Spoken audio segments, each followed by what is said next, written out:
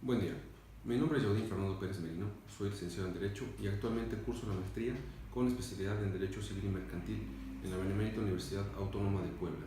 El motivo de la presente exposición es con el objeto de desarrollar el tema denominado Derecho Anglosajón, mismo que se deduce de la materia Sistemas Jurídicos Contemporáneos impartida por el doctor Armando Osorno Sánchez.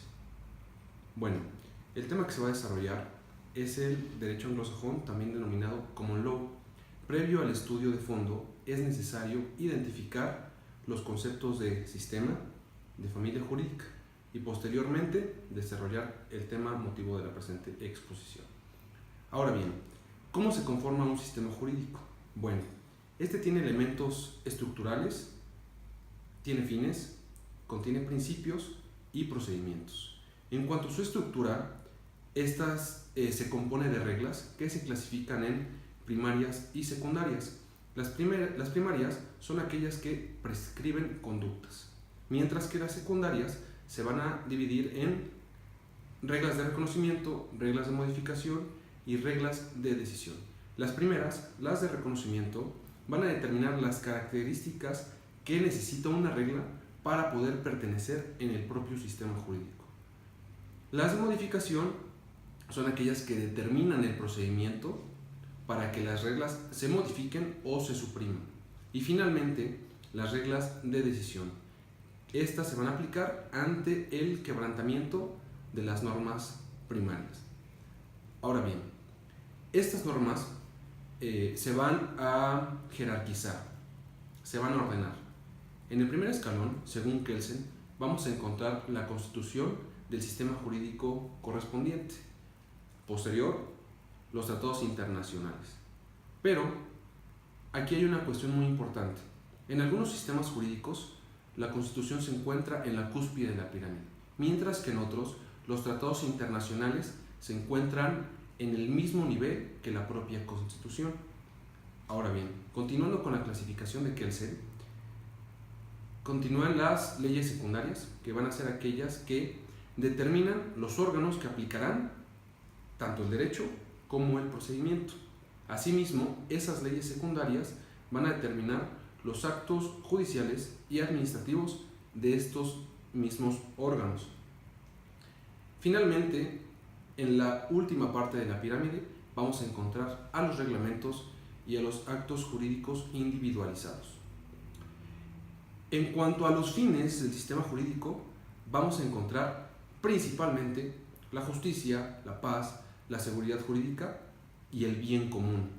Estos van a ir de la mano de los principios fundamentales que va a perseguir el propio sistema jurídico, que por norma general serán la dignidad humana, la libertad, la igualdad, la democracia, el Estado de Derecho y la igualdad social. Y en cuanto a los procedimientos que van a contener los sistemas jurídicos, esencialmente encontramos dos. El primero, el legislativo, y en segundo lugar, el judicial. En cuanto hace la clasificación de las familias jurídicas, para poder determinar el estudio de este tema, que es el common law, vamos a encontrar las siguientes especificaciones. Las familias también son llamadas tradiciones jurídicas, pero estas van a ser determinadas por la técnica en la creación y la aplicación de las normas que previamente ya hablamos en cuanto a la conceptualización del sistema jurídico. De esta forma, el common law, que también se denomina derecho anglosajón, parte del derecho inglés, mismo que es elaborado por los trabajos de los jueces, por las decisiones judiciales. A manera de antecedentes de este sistema jurídico, vamos a partir de la Gran Bretaña, en donde en algún momento esta tuvo ocupación romana, por lo tanto, el derecho aplicable fue el de esta última. Posterior a la ocupación que realizaron los romanos, hubo una invasión de pueblos germánicos. Estos fueron los anglos, los sajones y los jutas. Estos pueblos implementaron en ese territorio leyes escritas, mismas que dieron por finalizada la aplicación del derecho romano. Posterior a la invasión de los pueblos germánicos, llegaron los daneses, que con un personaje identificado como Eduardo el Confesor, se encargó de fusionar tanto el derecho sajón como el derecho danés. Posterior a esta situación, tomó el poder en aquel lugar, en la Gran Bretaña, el rey Enrique III. Con él, el common law ya adquirió su forma, su fuerza, consistiendo en la interpretación de los jueces de los principios generales del derecho consuetudinario. Ahora bien, posterior a esta situación, vamos a poder identificar en este sistema jurídico sus fuentes. Estas son el case law, el statute law, de forma principal. Posteriormente vamos a hablar de otras fuentes identificables de este sistema. Pero bueno, en cuanto corresponde al case law, este comprende el common law, que como ya se dijo anteriormente, parte de la interpretación de los jueces sobre los principios generales del derecho consuetudinario. Así también se puede identificar la equity. Esta se va a aplicar cuando una sentencia sea irracional. ¿Qué es lo que pasa? La equity vamos a trasladarla al plano de la equidad, gramaticalmente. Por lo tanto, van a ser principios que se van a encargar de dar certidumbre a los valores que regula el propio sistema jurídico. Por otro lado, encontramos el statute law. Este va a comprender las leyes parlamentarias que se van a aplicar en este sistema jurídico. Ahora bien, dentro del common law vamos a identificar métodos. El case law parte de métodos. Estos van a ser el estado de decisión, stare decisis, que consiste en acatar los precedentes que ya se emitieron en las decisiones judiciales. Por lo tanto, en la obligatoriedad de la sentencia para casos futuros, siempre y cuando se encuentre en la aptitud de aplicación. Pero bueno, esta obligatoriedad de la sentencia va a tener una limitación de efectos de acuerdo a la jerarquía del tribunal que la emita. Por lo tanto, los tribunales de menor jerarquía deben acatar las decisiones judiciales de los de mayor rango. Vamos a encontrar precedentes en particular, en donde no existe obligación de tribunales estudiar todos los casos aplicables si se desconocen los precedentes. Excepcionalmente, no se van a aplicar precedentes de manera obligatoria con la finalidad de que el tribunal pueda emitir un nuevo precedente. Insisto, esto también depende de la jerarquía de los tribunales y tiene que ver también con las condiciones del contexto actual. ¿Para qué? Para que en un momento determinado se deje de prevalecer el criterio, la decisión judicial anterior, el precedente, y surja uno nuevo que se pueda aplicar de manera general. Pero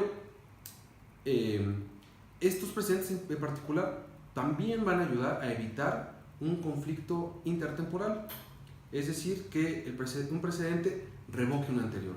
Estos son también casos excepcionales, se deben de respetar los precedentes, salvo la excepción que acabamos de comentar. Entonces, el precedente va a tener efectos, pero en casos concretos, partiendo de una peculiaridad que tiene este sistema jurídico que se llama distinguishing, en donde se deben de analizar las diferencias o similitudes entre el derecho y los hechos, para que partiendo de las diferencias se aplique un precedente. Si no hay si no hay similitudes en un precedente en cuanto a los hechos, no lo vamos a poder aplicar.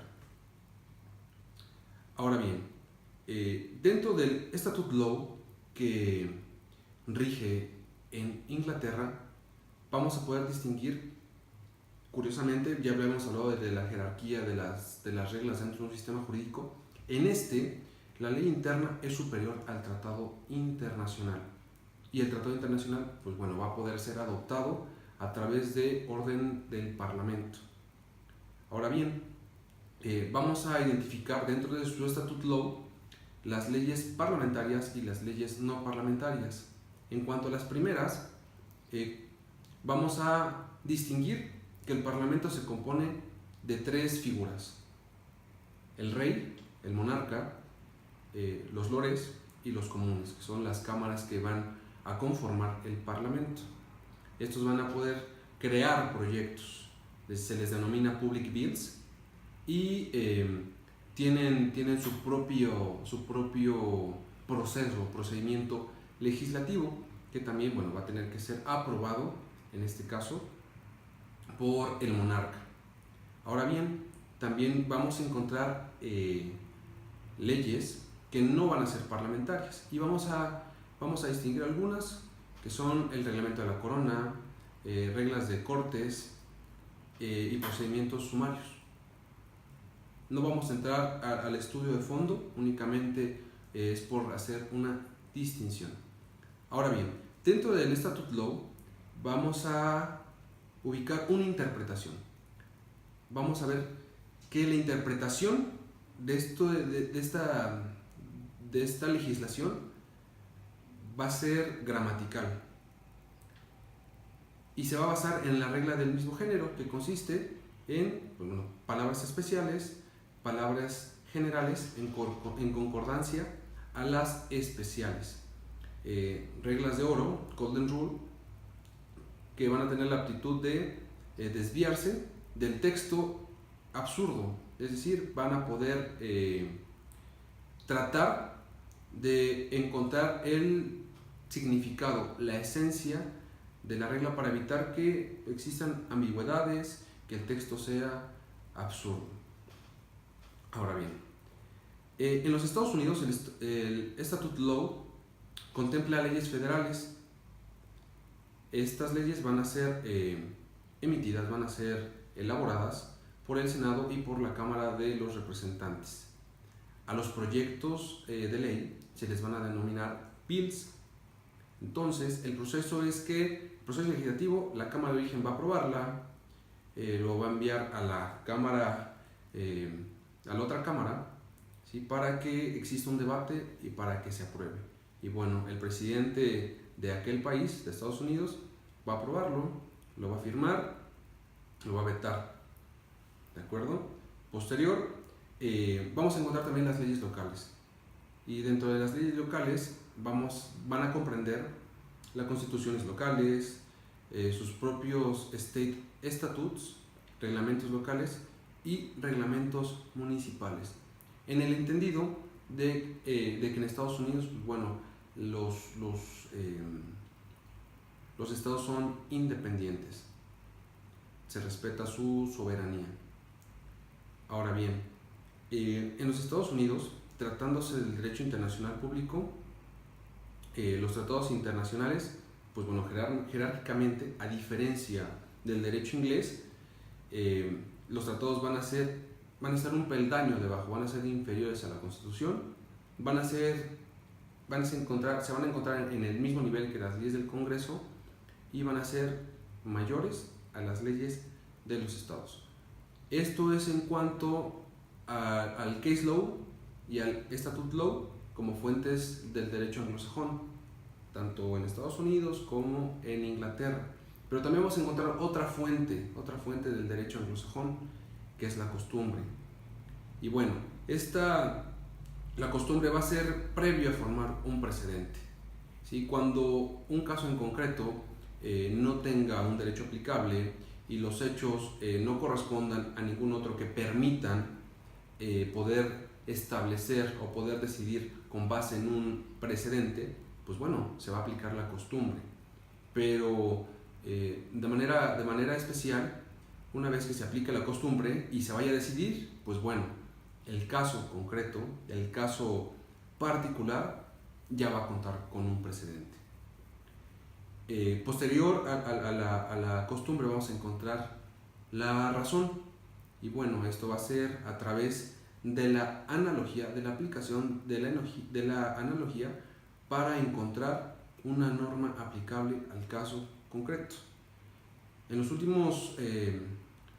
últimas fuentes del derecho anglosajón, pues va a ser la justicia natural. Digamos que es una cuestión similar al equity, que va a permitir el derecho de audiencia principalmente y la imparcialidad. Finalmente, como fuente del derecho anglosajón, encontramos la doctrina. Pero bueno, como consecuencia de todo lo que se ha hablado, que se basa este sistema principalmente en los precedentes surgiendo del derecho consuetudinario, la doctrina pues genera una aportación mínima a este sistema. Ahora bien, si se ha comentado a lo largo de esta exposición que la aplicación de su derecho depende de la interpretación de los jueces, ¿cómo es que vamos a identificar la legislación? ¿Cómo la vamos a encontrar? A diferencia de nuestro sistema jurídico, que pertenece a la familia o a la tradición jurídica romano-germánica, en donde lo principal se centra en la ley, a diferencia de este sistema. Entonces, ¿cómo es que vamos a poder identificar la legislación aplicable a un caso concreto? Si son infinidad de resoluciones, de decisiones judiciales, de precedentes. Pues bueno, este sistema, también dependiendo del país, vamos a encontrar, de acuerdo si se trata del case law o del statute law, legislación.